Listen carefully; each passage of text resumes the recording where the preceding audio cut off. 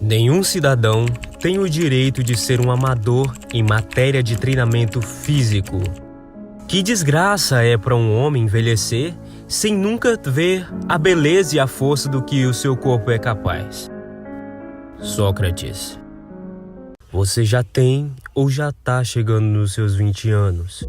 E o primeiro cenário que você se depara é você desempregado, sem nenhum estudo útil que te serviu para a construção de um futuro sólido. Mas o pior de tudo isso, que ao invés de bater um forte senso de autorresponsabilidade, você passa horas jogando, assistindo videozinhos curtos no TikTok, ou tentando fazer contato com alguma garota com um corpo de modelo que mal se importa com a tua existência. O tempo passa e você não vê uma perspectiva de melhora. Não consegue emprego, não faz faculdade, se sentindo completamente perdido, sem saber se você está fugindo das suas próprias responsabilidades. Bom, eu passei a viver tudo isso no pior momento da minha vida, durante aquele probleminha que assolou o mundo em 2020. Terminei o ensino médio enquanto estava livre para correr atrás de um trampo. Todas as portas se fecharam e eu fiquei um bom tempo sem perspectiva de um futuro, procrastinando e não tendo nenhum propósito em mente. Foi aí que, ao estudar alguns conceitos, notei que eu estava adiando o meu processo de amadurecimento. Ou seja, estava tentando evitar as responsabilidades que me fariam crescer e evoluir na vida.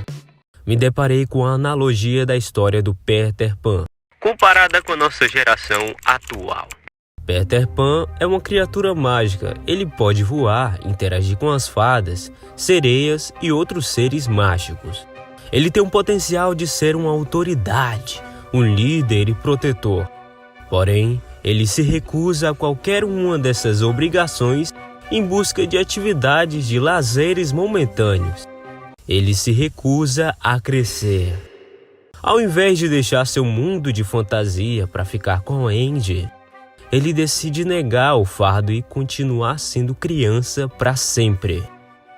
And he also sacrifices the possibility to have a real relationship with a woman, because that's Wendy, right? And she's kind of conservative, middle-class, London-dwelling girl. She wants to grow up and have kids and have a life. She accepts her mortality, she accepts her maturity.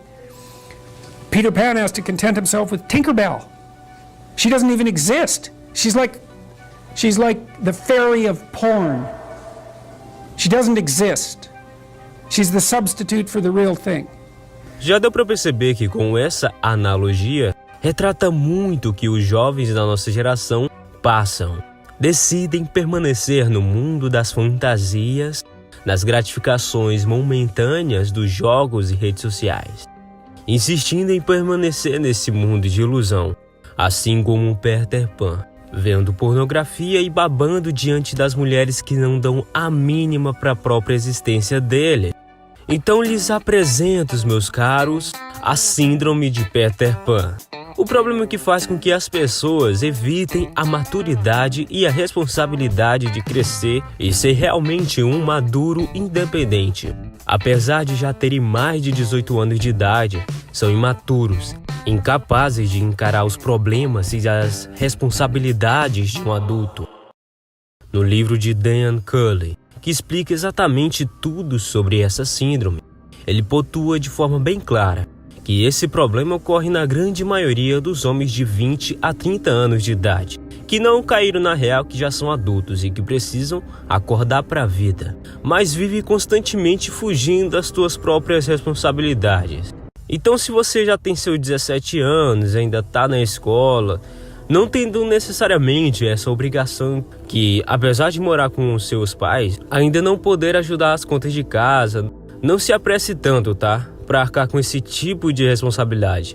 Pelo menos não se apresse agora, porque nessa fase o que conta para você, nesse momento, é qual o seu pensamento a respeito disso tudo.